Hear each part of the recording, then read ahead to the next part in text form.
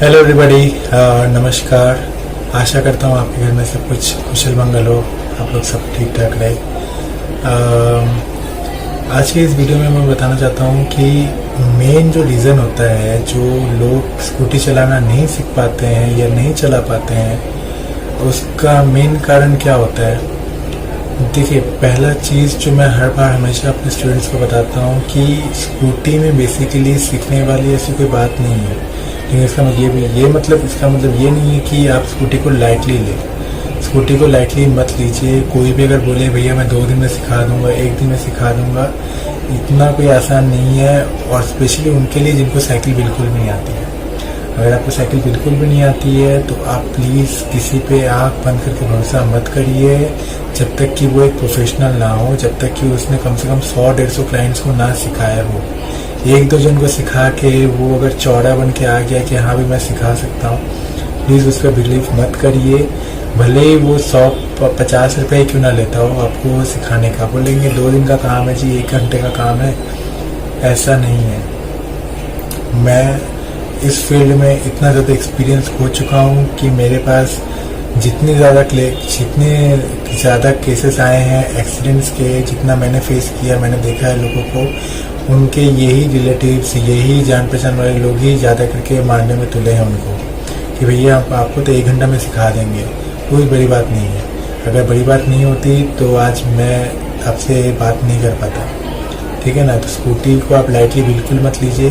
तो जिसको चलाना आता है, ऐसा ज़रूरी नहीं है कि वो सिखाना भी आता हो। उसको चलाना आना और सिखाना आना दोनों में बहुत फ़र्क चीज़ है। अगर वो सामने से ऑफर करे तो उनको हाथ जोड़ के मना कर दीजिए कि भैया नहीं ज़रूरत है, हमें अपनी लाइफ प्यारी है। क्यों बता रहा हूँ मैं आपको, क्योंकि मेरे पास जितने ज़्यादा केसेस आते हैं, मोस्टली केसेस ऐसे ही लोगों के आते हैं। और मैं आपको बताऊँ, लोग मौत के मुंह से बच के आते हैं।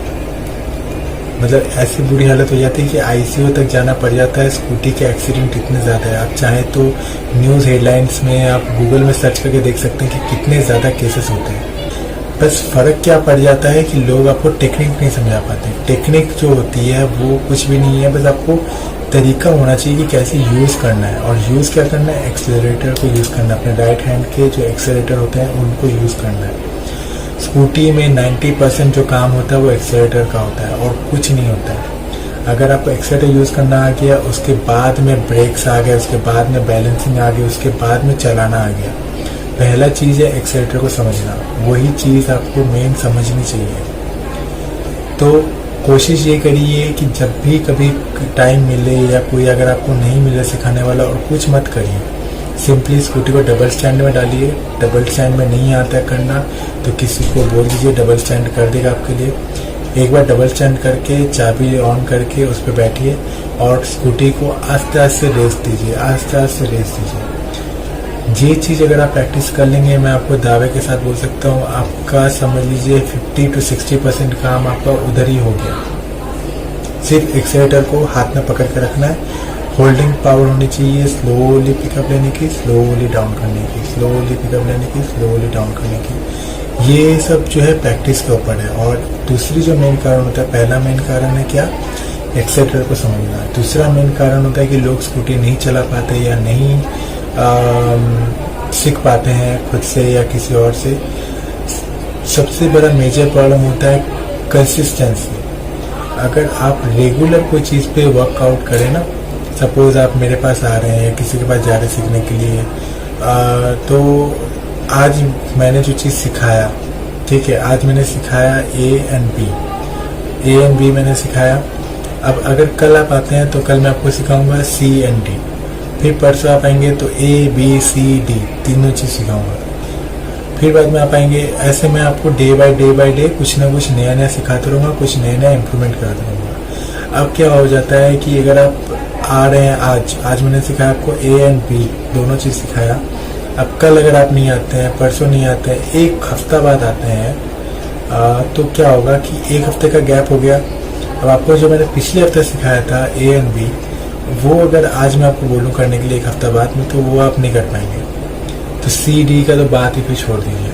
तो इससे क्या होता है ना, टाइम कंज्यूमिंग ज़्यादा हो जाता है और सिखाने में थोड़ा टाइम लग जाता है। बेसिकली आपको क्या करना चाहिए कि आपको कंसिस्टेंसी मेंटेन रखना चाहिए। आज आ रहे हैं तो ये नहीं कि फिर 2 दिन बाद आए, 4 दिन बाद आए। कंसिस्टेंसी मेंटेन रखिए, टाइम निकालिए, प्रायोरिटाइज करिए इस चीज़ को। हम लाइफ में सब चीज़ को प्रायोरिटाइज करते हैं, लेकिन आज एक नई स्किल सीखने जा रहे हैं तो उसको प्रायोरिटाइज नहीं करते, जबकि बहुत इंपॉर्टेंट स्किल है। एक लड़की के लिए, एक वीमेन के लिए इंडिपेंडेंट होना, किसी पे निर्भर नहीं होना, आत्मनिर्भर होना, ये बहुत ज़रूरी चीज़ है, जो हमारे मोदी साहब भी कहते हैं आत्मनिर्भर बनिए। तो मैं यहाँ पे क्या करता हूँ, मैं आपको आत्मनिर्भर बनाता हूँ। मेरे यहाँ पे आने से क्या होता है कि आपको एक चीज़ है कि इंडिपेंडेंटली चलाना सिखाता हूँ मैं। कोई ऐसा नहीं कि कल को आपको मेरी ज़रूरत पड़े, ऐसा नहीं बनाता हूँ मैं आपको। मैं ऐसा बनाता हूँ कि कल को अगर मैं नहीं भी रहूँ तब भी अगर आपके हाथ में स्कूटी कोई दे दे तो आप खुद से चला के निकल लें। किसी को कुछ पूछने की ज़रूरत नहीं, किसी को कुछ बताने की ज़रूरत नहीं। इतना मैं आपको कॉन्फिडेंस दिला सकता हूँ, इतना मैं आपको मैं चलाना सिखा सकता हूँ। मेरे पास जितने लोग आए हैं वो लोग ने अच्छा पॉजिटिव रिजल्ट मिला उन लोग को, वो लोग सीख कर गए हैं। अगर आपको देखना है कि मैं कैसे सिखाता हूँ, कैसे लोग मेरे पास सीखते हैं, तो आप डिस्क्रिप्शन में लिंक देख सकते हैं। यहाँ पे कहीं भी आपको आई बटन में दिख जाएगा कुछ मेरे वीडियोस पहले के, जो मैं लोगों को सिखा चुका हूँ, जो लोग चला रहे हैं। तो ऐसे करके आप कर सकते हैं।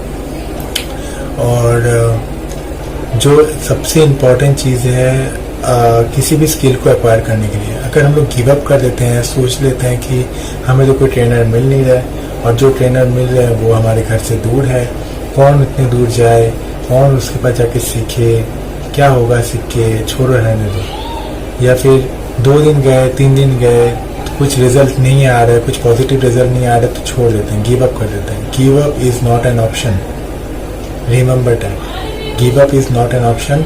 हमें क्या करना पड़ेगा, हमें कंटिन्यू रखना पड़ेगा।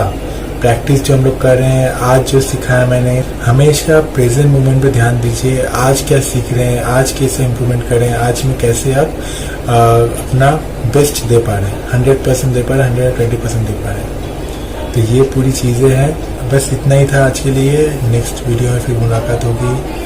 तब तक के लिए अपना ध्यान रखिए, अपना ख्याल रखिए, और सब्सक्राइब करना मत भूलिएगा चैनल को। और अगर वीडियो अच्छा लगे तो लाइक करिएगा, जिससे मैं और कुछ वीडियोस बना सकूं और आपको नए नए आइडियाज़ दे सकूं, नए नए ट्रिक्स दे सकूं, कैसे आपको स्कूटी चलानी सीखनी चाहिए। और कमेंट करके बताइए आपको मेजरली क्या प्रॉब्लम हो रही है। अगर आप मुझे अपने प्रॉब्लम्स बता पाएंगे तो मैं आपको कुछ सोल्यूशंस भी दे पाऊँगा। अपने जैसे मैं अपने स्टूडेंट्स को सिखाता हूँ उसमें से कुछ आपको दे पाऊँगा। और अगर आपको मुझसे ट्रेनिंग लेनी है तो आप मेरे को कांटेक्ट कर सकते हैं, मैं फ़ोन कर सकते हैं। मैं डेफिनेटली आपको हेल्प करने की कोशिश करूँगा। तो तब तक के लिए धन्यवाद। Thank you so much.